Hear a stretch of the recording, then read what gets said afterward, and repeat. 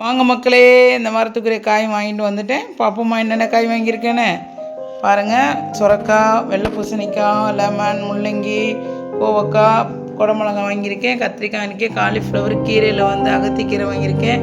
சிவப்பு தண்ணிக்கீரை, கருவேப்பிலை, மல்லி, புதினா வாங்கிட்டு, உருளைக்கிழங்கு, தக்காளி, carrot, butter beans, soya beans. என்னுடைய புது காய் இன்றைக்கி இப்போ தான் வந்து சீசன் நினைக்கிறேன். பட்டாவரக்காய் எனக்கு ரொம்ப பிடிச்ச காய். சாம்பார் வச்சு பாருங்கள், வதக்கி போட்டு சாம்பார் வச்சு பாருங்கள், செம்ம டேஸ்ட்டாக இருக்கும். பீன்ஸு, சவுச்சோ காய் வச்சுருக்கேன்.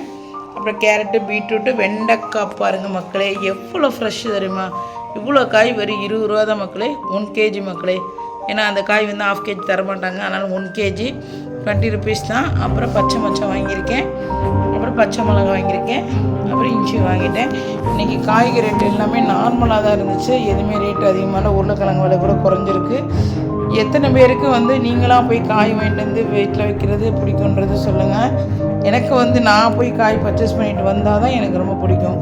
அது எனக்கு மன நிறைவாக இருக்கிற மாதிரி இருக்கும். அதனால் வந்து வீட்டு எல்லாமே நான் பண்ணால் எனக்கு அது ஒரு சாட்டிஸ்ஃபேக்ஷன். அதனால் ஹஸ்பண்ட் வந்து நான் தொந்தரவு பண்ணவே மாட்டேன். என்னோடய தேவைகளை நானே போய் வாங்கிட்டு வந்துக்குவேன். இந்த வீடியோ உங்களுக்கு ரொம்ப பிடிச்சிருந்தால் லைக் பண்ணி, ஷேர் பண்ணி, கமெண்ட் பண்ணுங்கள் மக்களே. வாங்க மக்களே, காயெல்லாம் வாங்கியாச்சு. அடுத்து நான்வெஜ்ஜில் வந்து உருட்டு மீன் வாங்கியிருக்கேன் 1 கிலோ. அது மாதிரி ஊளி மீன் 1 கிலோ வாங்கியிருக்கேன். சாலை மீன் 1 கிலோ வாங்கியிருக்கேன். பாருங்கள், இன்றைக்கி போய் மார்க்கெட்டில் மீனும் வாங்கிட்டு வந்துட்டேன். இனி சமைக்கிற வேலை மட்டும்தான். பிடிச்சிருந்தா லைக் பண்ணி, ஷேர் பண்ணி, கமெண்ட் பண்ணுங்கள்.